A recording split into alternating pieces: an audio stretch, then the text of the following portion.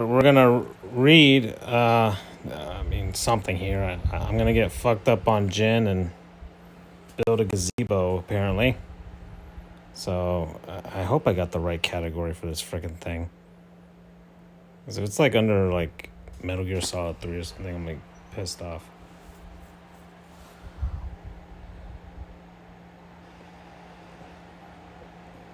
Ugh, I knew it.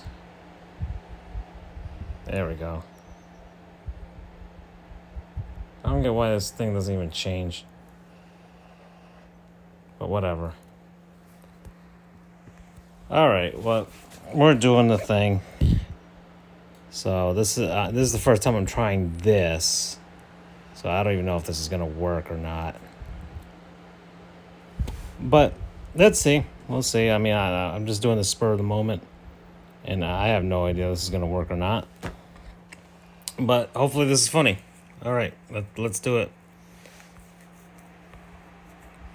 So this is the neighborhood where I live. You have some neighbors. Okay, well, right off the bat here. Do I love any of them?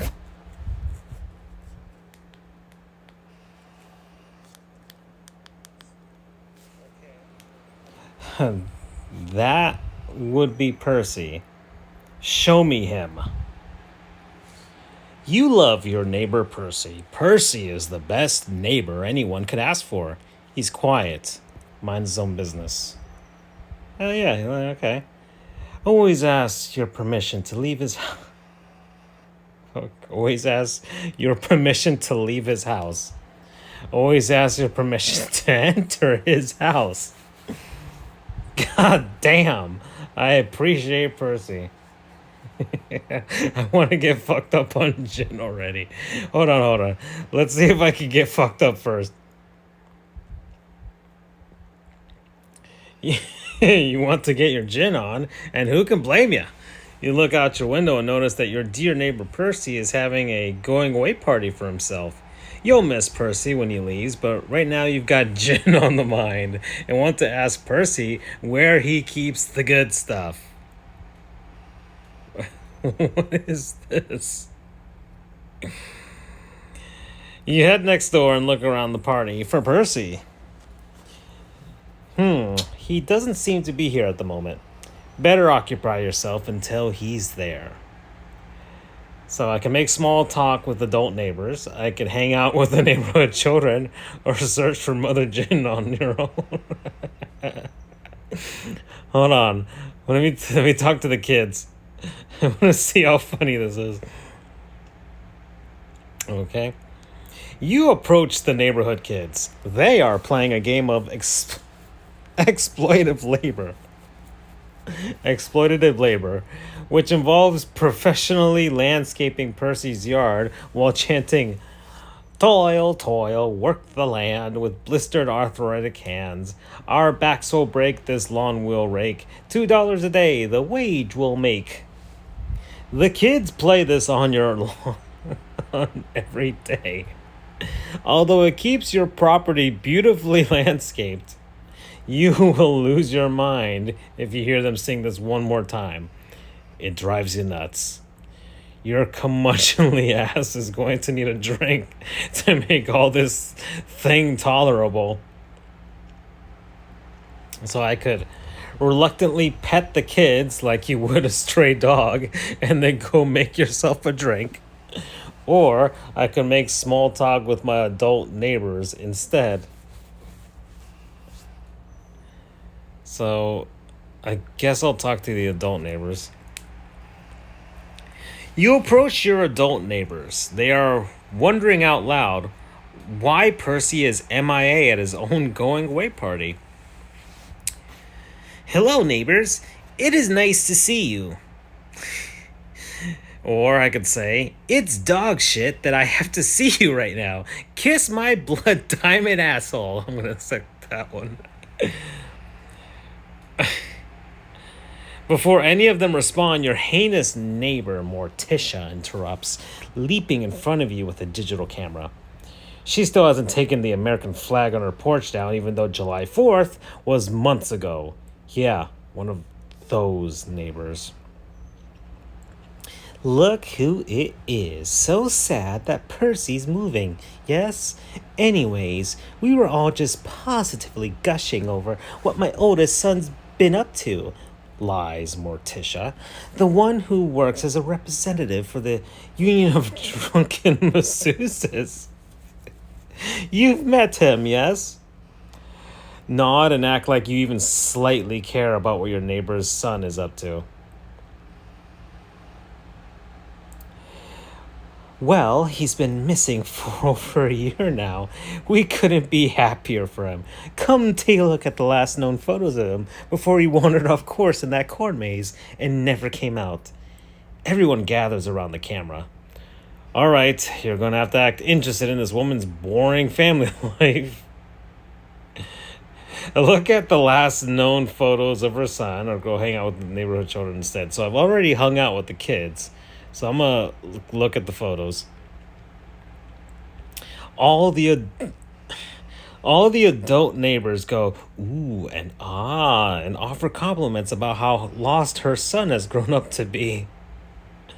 Force yourself to smile and compliment how lost he is. So I'm assuming this is me with the beer and the pretzel. It is growing impossible for you to maintain even the slightest interest in this. Silently yearn to hang out with Percy. Okay. Here it is, the last known photo of my son. Proudly exclaims Morticia. Everyone claps. Jesus, this is a drag. The only thing you're getting out of the drunken masseuse pictures is the urge to have a strong drink. So, hold on. Let me go with the neighborhood kids again, and let's see what we can do from here. So, let me see if I can reluctantly pet them. Okay, well, I guess I go to get a drink. You go to get to the drink cooler. It's mostly filled with chilled bottles of embalming fluid. Percy must have bought some samples from his office. So I could dig deeper in the cooler for something else, or I could chug some embalming fluid. I'm gonna chug some embalming fluid. You pop open a bottle of embalming fluid. You pour it in a glass and smell it. Hoppy. A hint of citrus. Notes of coriander. Overwhelming formaldehyde. Drink it. You take a long gulp, nearly finishing it. It's not very good. Pour yourself a different... The embalming fluid hits your system. It is fucking you up good, alright.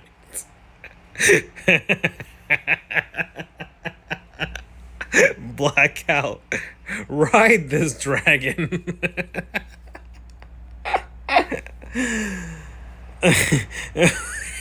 I'm tripping balls.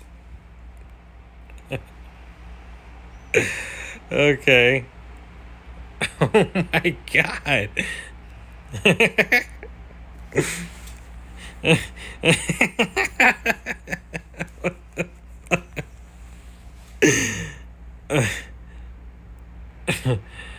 Oh my.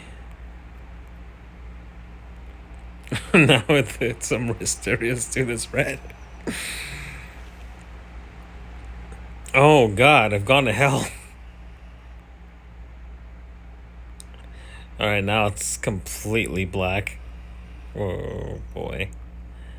Oh, I've gone supernova. Come to. You wake up in Percy's backyard, naked and coughing up embalming fluid all over yourself. Damn, that stuff fucked you up. As you come to, you realize that you built him an above-ground pool. Wow, could you have built anything more useless? He didn't ask for this. What drove you to do this to his backyard? Kind of an inconsiderate thing to do to a neighbor. You can definitely not handle your embalming fluid like you could in college. Try again. So let's get back to the checkpoint. And we're going to dig deeper for something else now. You find gin. Now we're talking. Gin is your drink. This is good gin, too. Of course, Percy would be a man of refined taste. So, I could start with a cocktail, or I could fuck it, take a long pull straight from the bottle. Let's go straight to the bottle, baby. You put your mouth on the bottle, lean back, and take a long pull of gin, polishing off what's left in the bottle. Glug. God. Oh boy, that felt nice. The gin's coursing through your system, making itself known. Your liver radiates in gratitude. Damn, that's hitting the spot. Congratulations, you have a solid buzz going. Take off your shirt.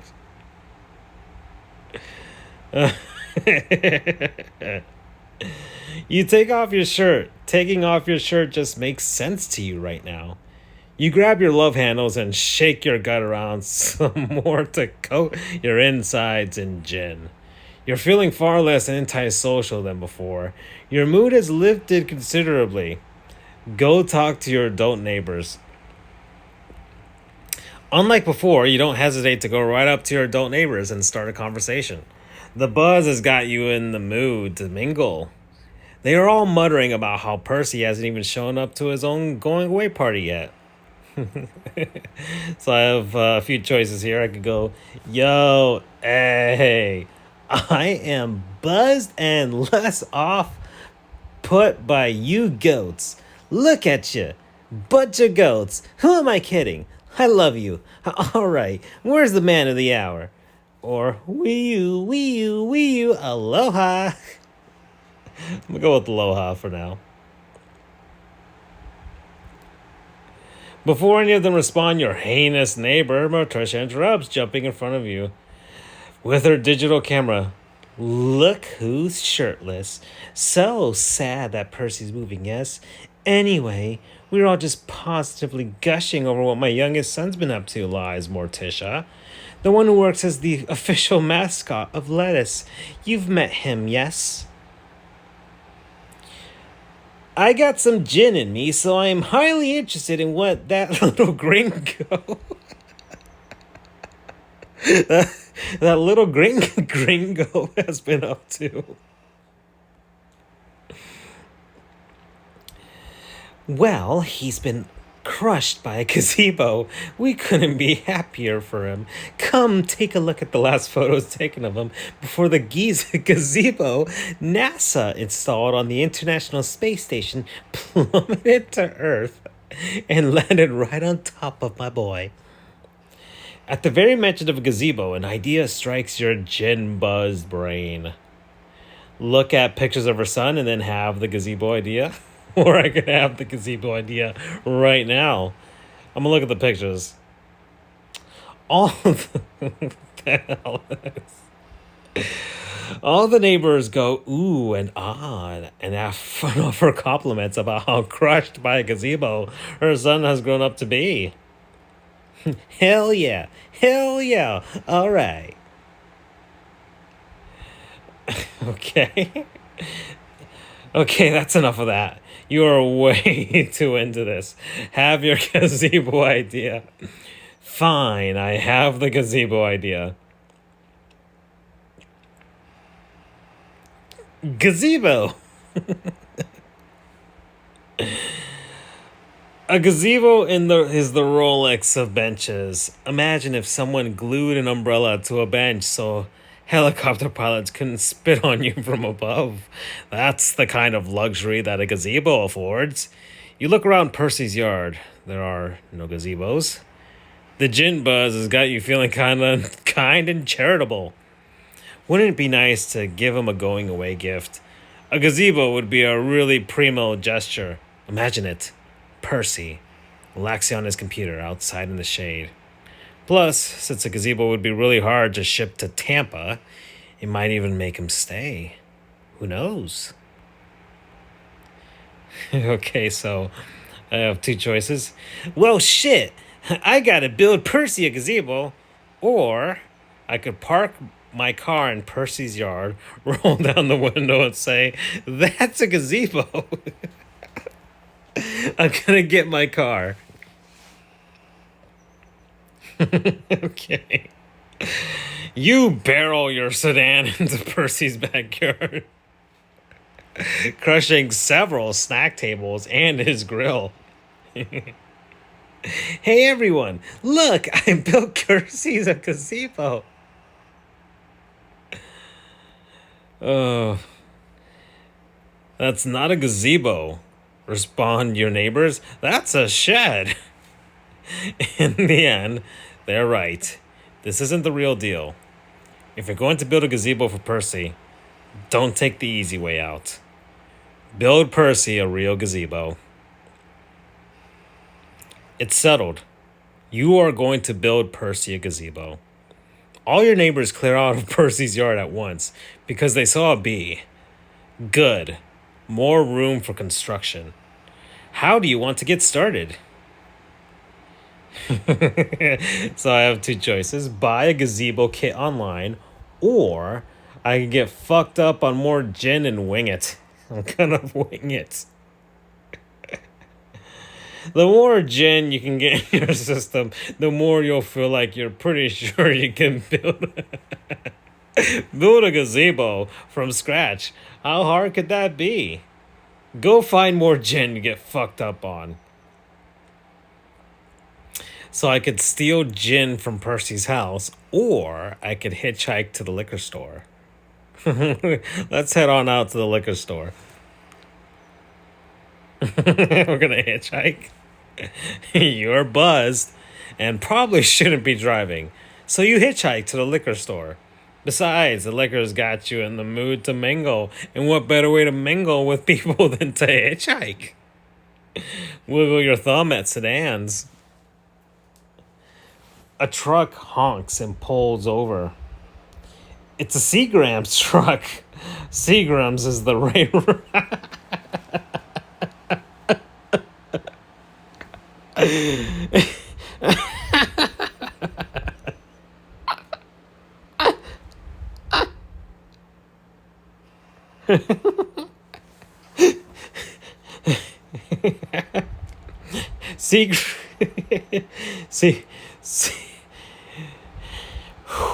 Seagram's is the Ray Rice of gin. That's a big deal. Wow, this couldn't be more serendipitous. Hop in. Oh boy. My name's Rig. Let me guess. Liquor store? Presumes Rig, the truck driver. Damn straight, Rig. Oh boy. Well, shit. You got in the right Seagram's truck. Rig punches liquor store into his Garmin GPS and then tugs his horn as he pulls back onto the road. Honk honk, going to the liquor store. As you drive, you look in the whoa. As you drive, you look in the truck's rearview mirror. Rig's reflection is a skeleton. Usually you'd regard that as a bad omen, but right now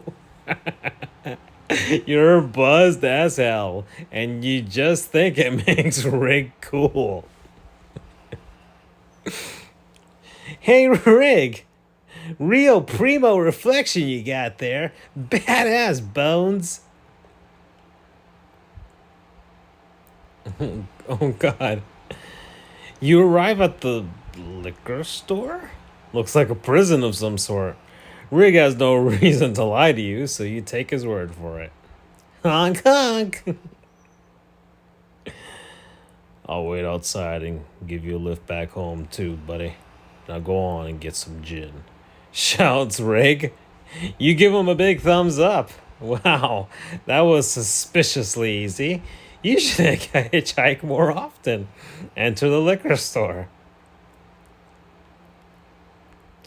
You enter. Gin, gin, gin, gin, gin, gin, gin, gin, gin. Oh, wow. You arrive at the liquor store. Looks like a liquor store on the inside, at least. Hey, you. Hey, you. This is the place where liquor is milked out of a stingray's brain. This is where that happens. And that's where liquor comes from sometimes. Real fucked up experiments like that. Oops. I mean, welcome to the liquor store. How can I help you today? Asked the smiling liquor lady. So I have two choices. I need to build a gazebo, or I need to get fucked up on some gin. Let's say that. Fucked up on gin, eh? Sounds like you're building a gazebo, responds the liquor lady. Well, I have some good news for you. We've got gin, and it'll get you good and fucked up, all right. That's what I like to hear, abuelo. Okay. Oh boy. The liquor lady whispers into her phone, Boss, we've got another one. Begin prepping for surgery. She notices you looking. Oh, of course. My brother here, the liquor man, will show you right to it. I am the liquor man. Follow me, please. I will show you to the gin, barks the liquor man, who is also smiling, but in a way that is very, very angry. Right on. Well, show me to it, liquor man. You reach the gin aisle. You are in heaven. The liquor man steps behind you. Hell yeah, that's what I'm talking about. All right, which gin do I... The liquor man stabs you in the skull with a syringe, injecting a cold fluid into your brain. Whatever's inside knocks you out in seconds. Pass out. So everything's blacked out once more. Oh no! Seagram's kidnapped you and let scientists in their experimental gin division do tested experiments on you. Rig, the liquor lady, and the liquor man were all in on it. They tricked you. Seagram's preys on buzzed hitchhiking gin maniacs like you. You are now a sentient bottle of Seagram's. Your piss is 100% Seagram's gin. You are kept chained to the wall in a Seagram's factory, and you are forced to piss into bottles of Seagram's. This is how Seagram's makes their gin now. Some of the Seagram's employees feel bad, so they sneak limes into the lab and squeeze them into your body, thinking the lime juice will make you feel better. But the lime juice is incredibly painful. Without a mouth, you are unable to communicate this to them, so they keep on squeezing lime juice into you. Your life is a living hell. You can never die. Because you are gin, you cannot get fucked up on gin. Therefore, you cannot build a gazebo for your neighbor. You failed. Try again. So let's return to the checkpoint. So we're not going to go hitchhiking now, so let's go steal gin from Percy's house. You decide to steal Percy's personal gin. A small investment on his part that will pay dividends once he's kicking back in a gazebo on his computer like Caesar, as he deserves. That jewel, Percy. You walk up to his front door. Knock.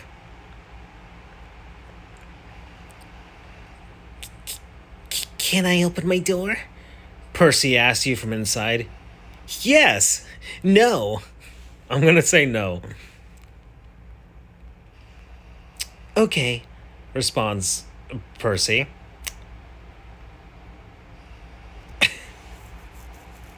So I could knock again. I could walk inside anyway. Let me knock again and see what happens. Can I open my door? No. Okay. Let's just walk inside anyways and see what happens. You enter Percy's beautiful Dutch colonial home. You hear Monster Mash playing on low quality phone speakers somewhere down the hall. Percy is trying and failing to hum along to it, stomping his foot in frustration each time he messes up the melody. He seems busy. Better skip the pleasantries and focus on stealing his gin so he can get his gazebo built. Where do you want to look for gin first? Upstairs or downstairs? Let's go up. You head upstairs to look for gin. Gin, gin, gin, gin, gin, gin, gin. You are upstairs. I could check the bedroom or I could check the bathroom. Let's go to the bathroom. Okay. You enter the bathroom and find your other neighbor, Gene. Gene's no Percy, but he's alright, you guess. He's laboring to lift the whole assortment of tools, tiles, pipes, and bathroom appliances above his head. Gene's eyes are bloodshot, his face bloated and red. He is stumbling around the bathroom with a long string of drool dangling from his gaping, groaning maw. Gene is extremely intoxicated. Sup, Gene? I'm trying to get fucked up on some gin. What are you doing here? My neighbor. Wow, I'm fucked up on tequila and renovating a bathroom for my sweet and slick neighbor, Percy, before he moves to Tampa. Who is such such a friendly Slurs Gene before vomiting onto his own crotch. That Percy, great neighbor, great neighbor. I'm here to get fucked up on gin and build him a gazebo. Only got a buzz going so far though. You're building a gazebo for neighbor Percy? So friendly, so kind of you. What a nice little neighbor we are. I love you. I mean that. I do. I fucking love you. Always have. I'll leave my family. Gurgles Gene, so drunk that his puke flies back up into his mouth and down his stomach on its own volition. Oh, the gin, that's downstairs. Percy keeps all that good shit down there, mumbles Gene right before pissing himself. All right. I will go downstairs to get fucked up on some gin now. Thanks. You head downstairs to look for gin. Gin, gin, gin, gin, gin, gin, gin. Gin, gin, gin, gin, gin. A wine cellar. Not what we're looking for. Keep going downstairs deeper underground. It's like an MC Escher painting. Gin, gin, gin, gin, gin. Gin, gin, gin, gin, gin. Finally, a liquor crypt. Beat your chest like a gorilla to celebrate the find.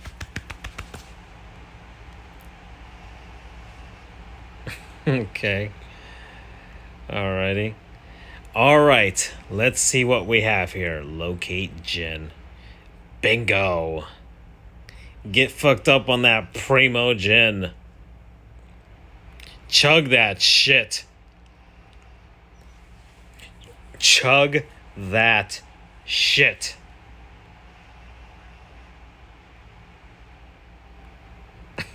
Chug that shit. Chug that shit. Don't stop. Keep chugging that shit. Chug that shit. Finish chugging. Oh my god. Your brain processes the alcohol in seconds flat. That buzz you had going has become a full bodied intoxication earthquake. You can hardly see straight. Your face grows numb and you feel more able to construct a gazebo than ever. Congratulations. That means you are fucked up on gin. Yeah, baby. Or I could black out. I'm a black out. I want to see. Here we go. The third time. Ugh. You hear waves. You smell the ocean. Stir awake.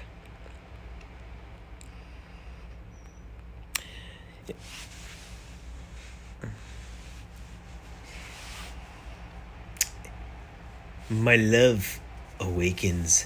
How did you rest, mi amor?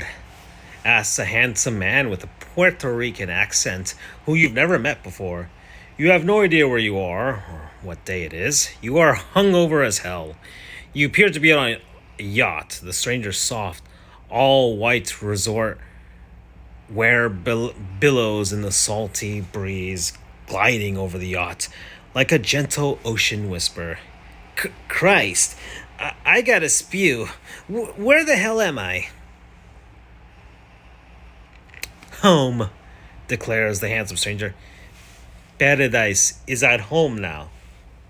Oh boy, you remember nothing. After you chugged that gin, things seem to have gotten pretty out of hand. Half hungover vomit overboard the ship.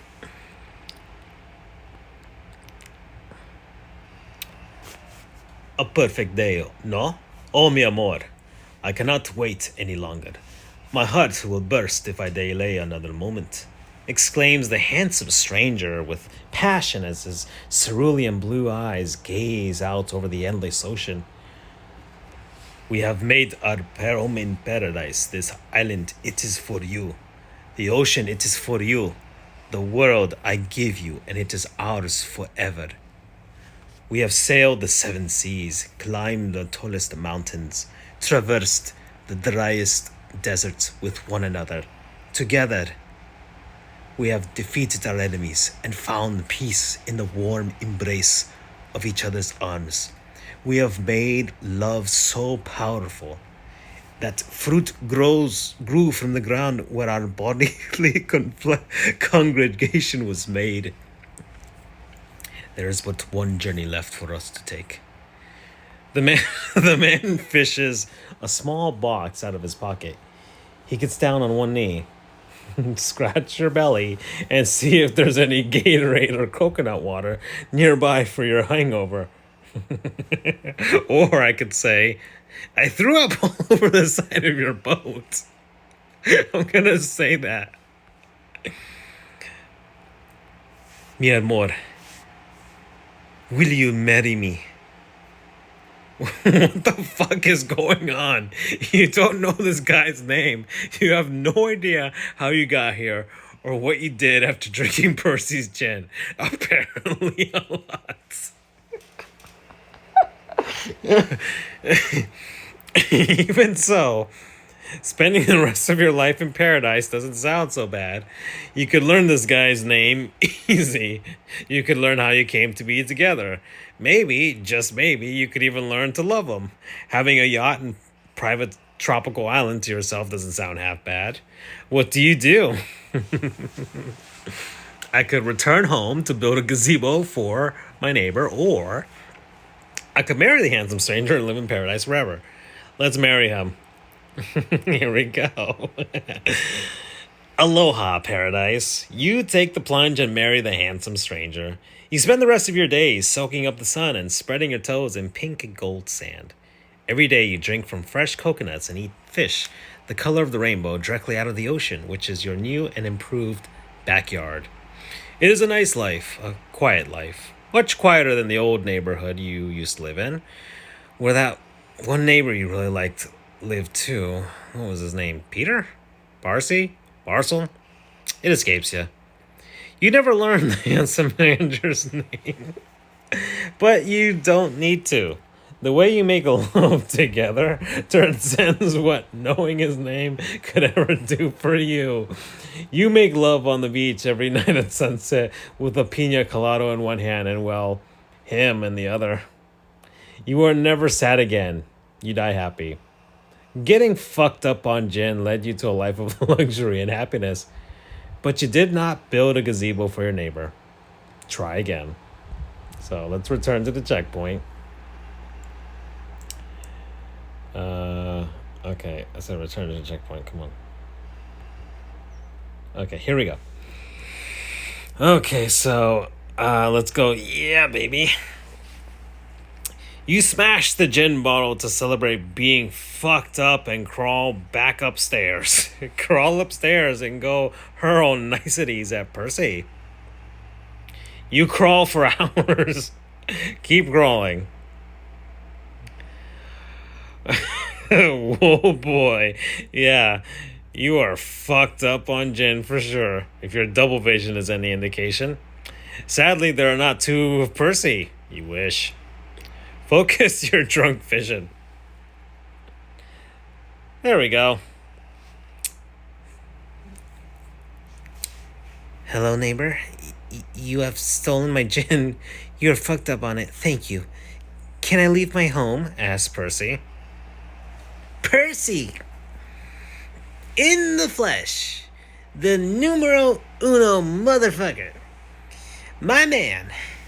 I got a goodbye gift coming at you. Sounds good. Thank you for coming to my goodbye party that I did not attend, says Percy. I did not come because I was busy reprogramming the hate speech button on my computer to do something wonderful. I'm going to press it now. Wait, no, don't do it. That's a bad button, Prince of Persia. I'm begging you. Too late. He presses the button. Okay. Okay, now there's a child. Immediately after Percy presses the hate speech button, a small boy scuttles out of an air vent in the room and sits in Percy's lap. This is my son. I named him Hate Speech because that's what the button said. Now it summons him. May I enter home? Begs Percy.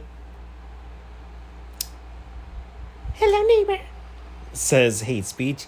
You never met me because I live in the vents. I never go outside. This is because I'm afraid of a helicopter pilot spitting on me from above. I yearn to play in my backyard, but my fear is too great to risk it. If only we had a structure that would ensure that could never happen. Your gin-soaked heart swells. The gazebo is an even more perfect gift than you originally thought. A gift for his whole family. So I've got three choices here. I could say, fucking good to meet you, Hate Speech, the right-hand man of the numero uno motherfucker himself. Or, little compadre, you just wait, little compadre, cause I got a gift coming at your dad that you are gonna fucking love, too. Or, anyone who's a son of my neighbor is a fucking, neighbor of mine. Damn, gin got me gone. I'm gonna say that one.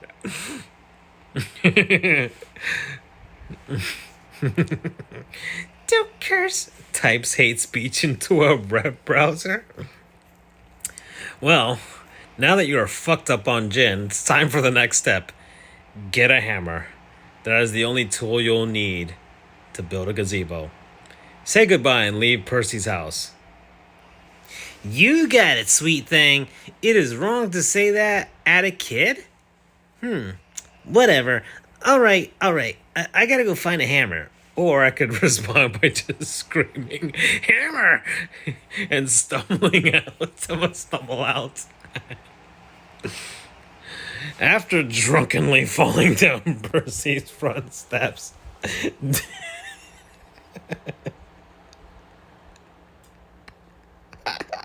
dislocating both shoulders, then falling again in a way that relocated.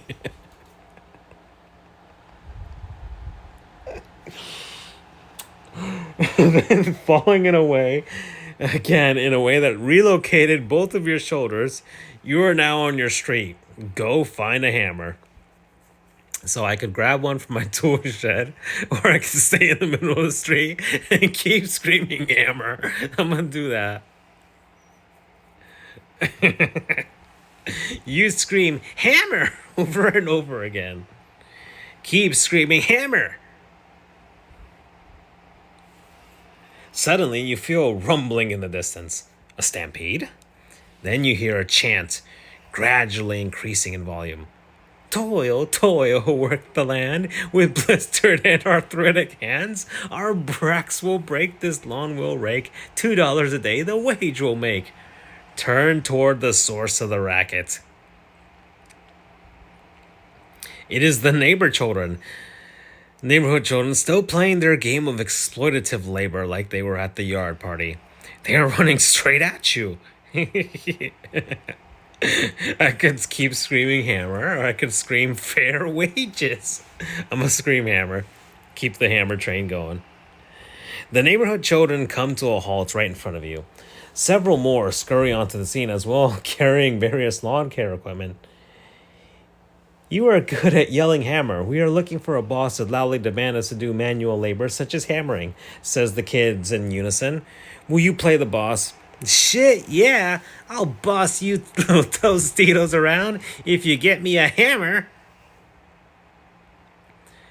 Okay, we can get a hammer, but how much will you pay us? I could offer I could offer a living wage. I could offer the current national minimum wage. I could offer $2 a day, or I could offer them no pay whatsoever. I'm gonna offer them no pay and see what happens. Aww. But then there will be an uprising against you, and you will force us to behead you in a public square, shouts a child who has started to cry. Offer them $2 a day. The children cheer over how much you are exploiting them and run off to their parents' tool sheds. Cheer along while holding back chin vomits. Oh, I got plenty of hammers now. They return, dumping a giant pile of hammers at your feet. You could build 100 gazebos with this many hammers. Yay, they cheer. Threaten to withhold their pay entirely unless they get you nails. The children cheer some more as they run off to gather nails, then hold swing sets and tray houses together from around the neighborhood. Pump your arms and cheer as you vomit on Percy's lawn. So I got a bunch of nails now. The children return once more, this time with thousands and thousands of rusty nails. Perfect. Exploitative boss, they chant. Tell them they will be working unpaid overtime to bring you lumber. Demand large pizza wings, jalapeno cheese poppers, blue cheese fries, a grilled cheese that uses pepperoni as the bread, garlic knots, a couple burgers, chicken fingers, hot dogs, and a slice of multi-grain bread soaked in hot sauce. I'm gonna demand some food. Oh, wow. Good call. Just what your gut needed right now. Pig out on this drunken feast while you demand the kids get back to work. Demand lumber. The children then go from backyard to backyard, smashing doghouses and collecting the scrap wood for lumber. Mumble, woo, as you piss yourself. And try to keep your eyes open.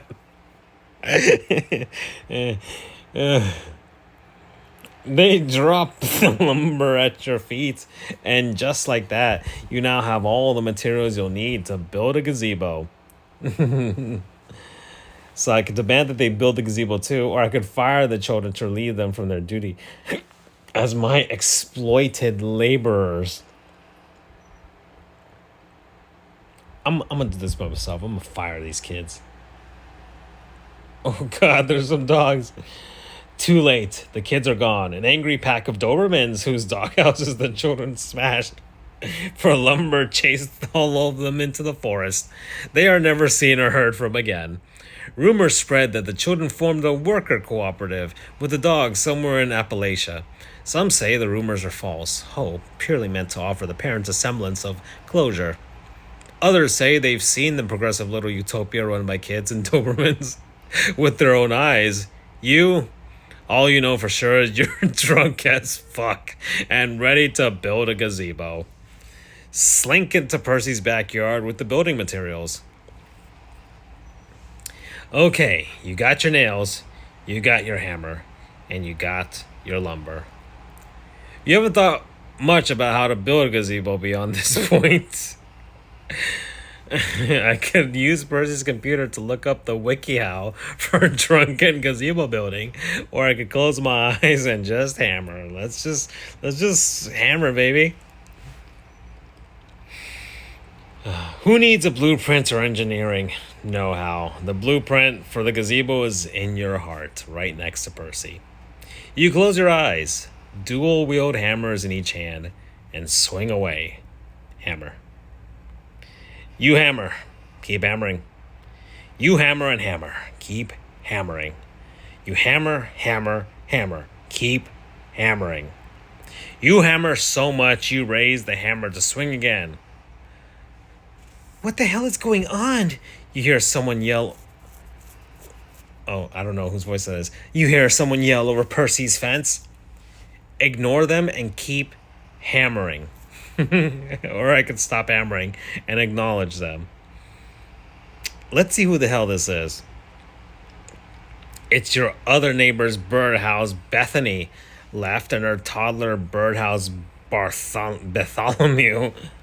The Iranian government contracts them to build birdhouses. This is how they earn a living. What's all this racket? You hammer so loud. Where the hell are your pants? Look down. Well, turns out you lost your pants somewhere along the way. You have no idea where your pants are. You remember taking off your shirt, but not your pants. All you have is your Hanes, your hammer, and a belly full of gin. Burp, shrug, and finger your belly button. They stare bewildered. Shut up and leave me alone. I'm building a gazebo for Percy. Percy? Well, cheers to that. Hell of a neighbor. We'll miss him. If anyone deserves a gazebo, it's that motherfucker. Toast the birdhouse women. I don't know why I gave him a male voice, but sure. So kind of you to build him a gazebo, but it looks like you could use a little help. Flip them off as you look at what you've hammered together so far. Yikes, you hammered and Samuel ended up with a crucifix. A crucifix has way, way less shade cover. What's the point? Sigh and burp. We know how to build birdhouses. We charter gazebos for crows, says Birdhouse Bartholomew.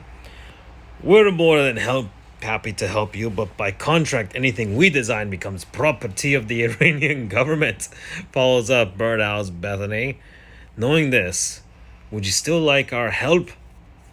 I could accept their help, or I could say, fuck off, build your own damn gazebo for Percy. So I'm going to accept their help. You accept their offer of assistance. You're not too worried about the Iran thing, and you don't think Percy will be either. At least Iran's our ally, you figure. Oh, God. Plus, you've been fucked up on gin all day. You're exhausted. Birdhouse Bethany and Birdhouse Bartholomew immediately start to draw up blueprints. Take a look at the blueprints. Wow, they seem to really know what they're doing. Hang your hammer up and let them take the wheel from here. You hang your hammer and let your neighbors do the heavy lifting. Lay on the ground and slap the drum part from Hot for Teacher on your belly while your neighbors work.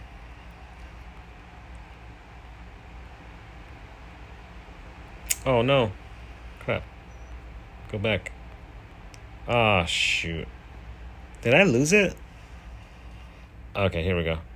Okay, Birdhouse Bethany picks up a megaphone.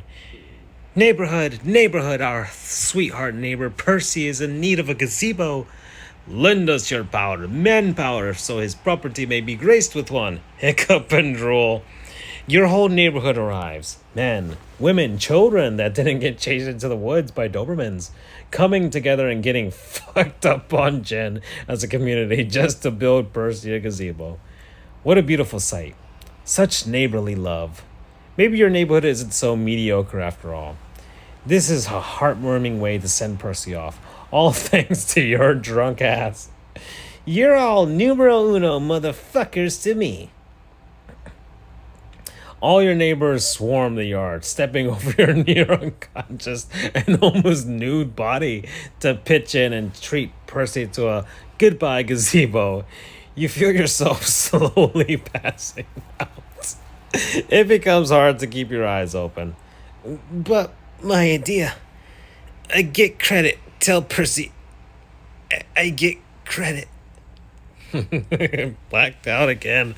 The roof of the gazebo is swiftly erected above you just as you pass out on the backyard lawn. Pass out. Wake up. You begin to wake up. Your head is fucking pounding. You are so nauseous. Ugh. You are incredibly hungover. You are certain you will throw up if you move even slightly. You hear Percy's voice singing along to Monster Mash in perfect harmony. It somewhat soothes the pain in your head and stomach. Open your eyes. You are laying on the floor in Percy's living room. He is relaxing on his computer. It is the next morning. Good morning. I dragged you into my house because a Doberman was trying to drag your unconscious body back into the woods, says Percy. Thank you for the gazebo. I love the gazebo. I feel appreciated. In fact, because the gazebo will be so expensive to ship, I will no longer be moving to Tampa. I am here to stay. May I leave my house? Whispers Percy. Look outside. The gazebo is completed. Against all odds, you did it. Plus, you got Percy to stay in the neighborhood. You turn back to Percy. You're welcome. Yes, you may leave your house. Hate speech, too. Or I could say, what are you talking about? I must have blacked out. I don't remember anything. I want to say that. With a click of the hate speech button, hate speech scuttles out of the vents and back into Percy's lap. I am very grateful that I can now play outside without fear of a helicopter pilot spitting on me, declares hate speech, beaming with joy. So now I got to say, there's one thing you should know. The Iranian government technically owns your gazebo, or... Wait, who the fuck is that fat kid?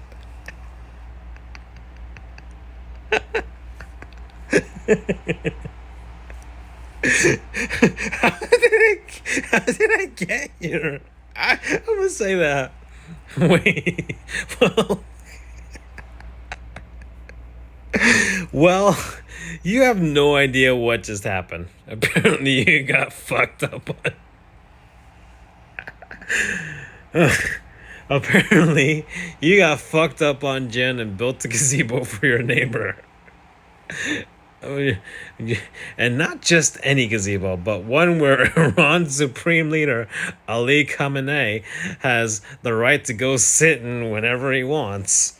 Oh, Jesus, he's there right now, just sitting. He's not saying anything, just staring at a butterfly. Is he even enjoying himself? Either way, you wonder what's wrong with you and why you did that. You are humiliated to have woken up in Percy's house only wearing underwear stained with piss, but are nonetheless happy that Percy loves relaxing on his computer in the gazebo you apparently built him. You decide not to drink again for a long while. So that's it. This has been a nice long one. Thanks everybody for listening to this. Take care.